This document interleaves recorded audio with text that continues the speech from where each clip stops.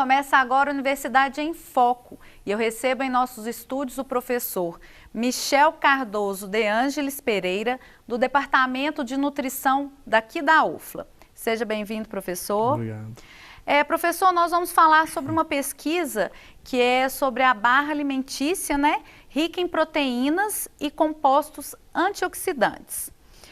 A gente sabe que as barras de cereais foram introduzidas no Brasil na década de 90 como uma alternativa saudável para as pessoas preocupadas com a saúde e controle de peso, certo?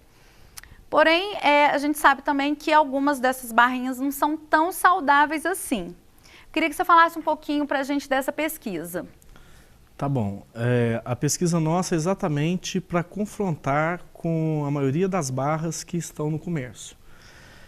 A proposta nossa é que a pessoa possa desenvolver uma barra em casa, rica em proteínas, né, para praticar exercícios físicos, para pessoas que seguem uma dieta ovo-lacto-vegetariana, ou seja, que não consomem carne, e ao mesmo tempo que seja rica em substâncias antioxidantes, quer dizer, que tenha ingredientes ricos em substâncias antioxidantes que vão combater os radicais livres. E devido a isso, ela pode ser então utilizada para as pessoas de uma forma geral que não tem alguma patologia específica, obviamente, porque isso tem que ser analisado em cada caso, e ao mesmo tempo a pessoa possa complementar a sua alimentação, tanto com proteína quanto substâncias antioxidantes, inclusive para a prática de exercício físico. O professor, qual que é a diferença dessas barrinhas que a gente encontra nos mercados, né, para essa aí da sua pesquisa? Tá. Uma das propostas nossas é ter realmente substâncias, ingredientes que venham complementar a alimentação com antioxidantes de diferentes formas de ação no organismo. Dificilmente acha nessas barras comerciais. E ser um produto isento de açúcar, porque é um dos maiores problemas dessas barras, seja alimentícias ou de cereais, que a gente encontra no mercado, são barras que contêm açúcar, xarope de glicose, açúcar na sua composição. E a gente sabe o mal que faz o açúcar. Então a gente está querendo desenvolver essa barra, quer dizer, já está desenvolvendo essa barra, isenta de açúcar, com uma característica sensorial desejável pela população e ao mesmo tempo muito saudável. Então, em resumo, ela não tem açúcar, é rica em proteína de alto valor biológico e rica em substâncias antioxidantes, entre elas alguns nomes estranhos, né, como compostos fenólicos, flavonoides, etc., e carotenoides, que são, então, substâncias que dão coloração no alimento, em maioria dessas substâncias, e que agem no nosso organismo combatendo os radicais livres. E qualquer pessoa pode, então, consumir essa barra? Sim, pessoa saudável, né? A pessoa sendo saudável, sem problema, para consumir essa barra. Lembrando que essa barra ela não vem para substituir uma refeição saudável de forma nenhuma, mas sim para complementar alguma refeição de acordo com a necessidade ou característica social da pessoa. Agora, patologias específicas aí precisa ser avaliado, né, com o nutricionista. Como, por exemplo, pessoas com problemas renais precisa ter um controle de proteína, a maioria das pessoas com problemas renais.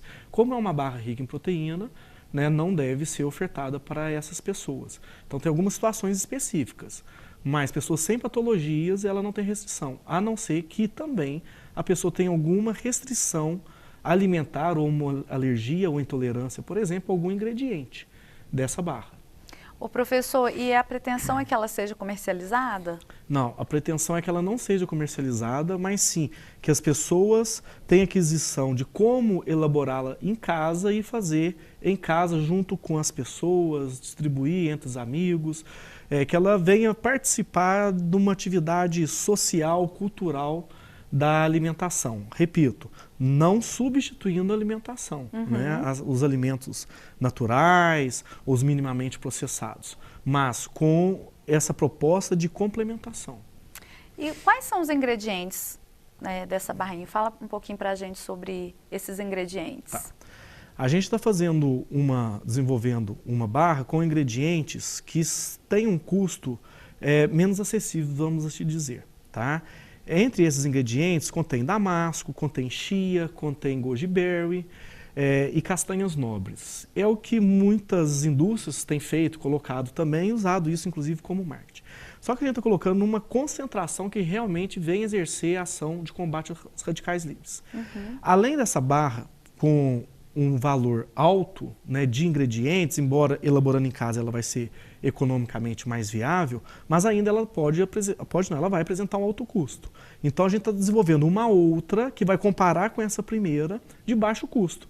Então, para substituir esses ingredientes que eu citei, vai ter então ameixa, uva passas, vai ter linhaça, entre outros alimentos que têm a mesma característica dessa barra de maior custo, só que essa de baixo custo e exercer as mesmas atividades benéficas ao organismo, tendo a mesma quantidade de proteína com a mesma capacidade de antioxidantes. É o que se espera na nossa pesquisa, se ela vai ter a mesma atividade antioxidante. Se não for a mesma, pode ser que ela apresente uma atividade maior ou um pouco menor. Isso vai depender dos nossos resultados, que essa parte a gente ainda não fez. Mas que, ao mesmo tempo, ambas sejam sensorialmente aceitáveis pela população.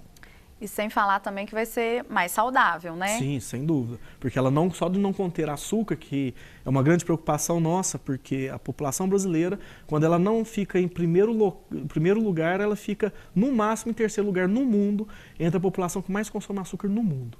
Então a proposta nossa é trabalhar com essa intuição de reduzir o consumo de açúcares. Então ela não tem açúcares, vai ser rica em fibra e substâncias antioxidantes e proteína. Agora, professor, enquanto não tem ainda essa receita, né, dessa barra, quando eu for no supermercado, se eu quiser comprar uma dessas industrializadas mesmo, o que eu tenho que levar em consideração? Tá. Na minha opinião, primeiramente, realmente há uma necessidade de consumir uma barra, porque, na realidade, frutas seria a opção correta, porque a proposta da barra alimentícia, quando foi desenvolvida, é que pudesse complementar a quantidade de fibras, uma vez que nós ingerimos uma quantidade muito baixa de fibras. Uhum.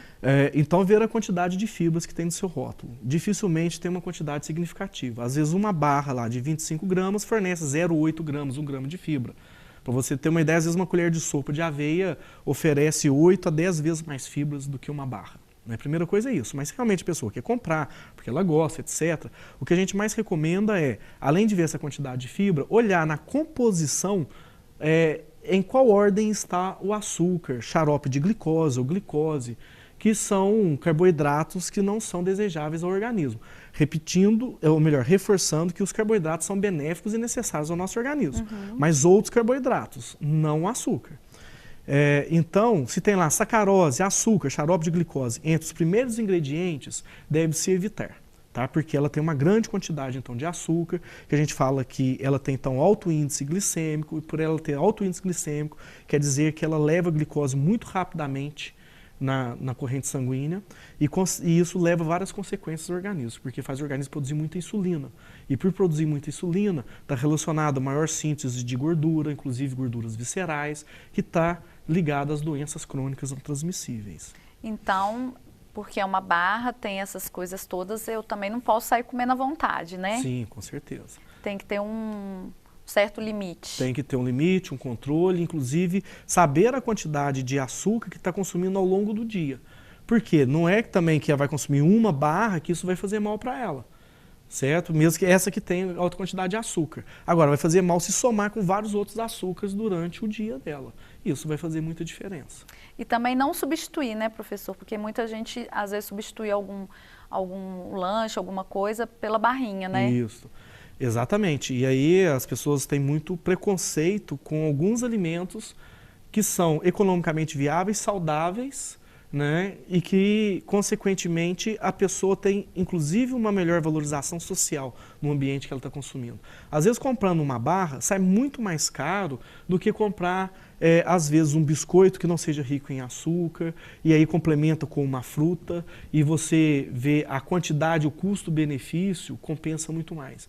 Se você pegar um biscoito que não seja rico em açúcar e uma fruta, o custo dele, comparando pesos, né, e a quantidade de nutrientes que eles fornecem, é economicamente muito mais viável, porque uma barra, às vezes, 25 gramas, você pega uma fruta, ela pesa muito mais do que isso. E, além do mais, ela pode fornecer muito mais vitaminas e minerais. Um biscoito, até mesmo um pão de sal, meio pão de sal, pode suprir essa necessidade energética que uma barra dessa tem, principalmente se ela for rica em açúcar. Professor, e quem quiser mais informações, é só entrar em contato lá no departamento? Sim, nós lá do Departamento de Nutrição estamos à disposição. tanto para esse tipo de informação, como atendimento à comunidade, porque lá desenvolvemos vários projetos de extensão na comunidade, né, quer dizer, em Lavras e região. Lembrando que essa barra em especial é um projeto de pesquisa que faremos agora a análise sensorial, depois a análise antioxidante. Ela faz parte de um projeto maior, que é em parceria nossa, né, de alguns professores do departamento, junto com o professor João de Deus, que é do Departamento de Ciência dos Alimentos. É um projeto financiado e aí a gente tem outros objetivos, inclusive, né, de trabalhar com essa barra, inclusive que ela seja consumida por pessoas com sobrepeso e obesidade e avaliar a diminuição de produção de substâncias inflamatórias no organismo. Então o projeto ainda vai continuar há um bom tempo, mas estamos à disposição para esclarecer as dúvidas que forem necessárias. Professor, eu agradeço a presença, viu? Universidade em Foco fica por aqui. Até mais!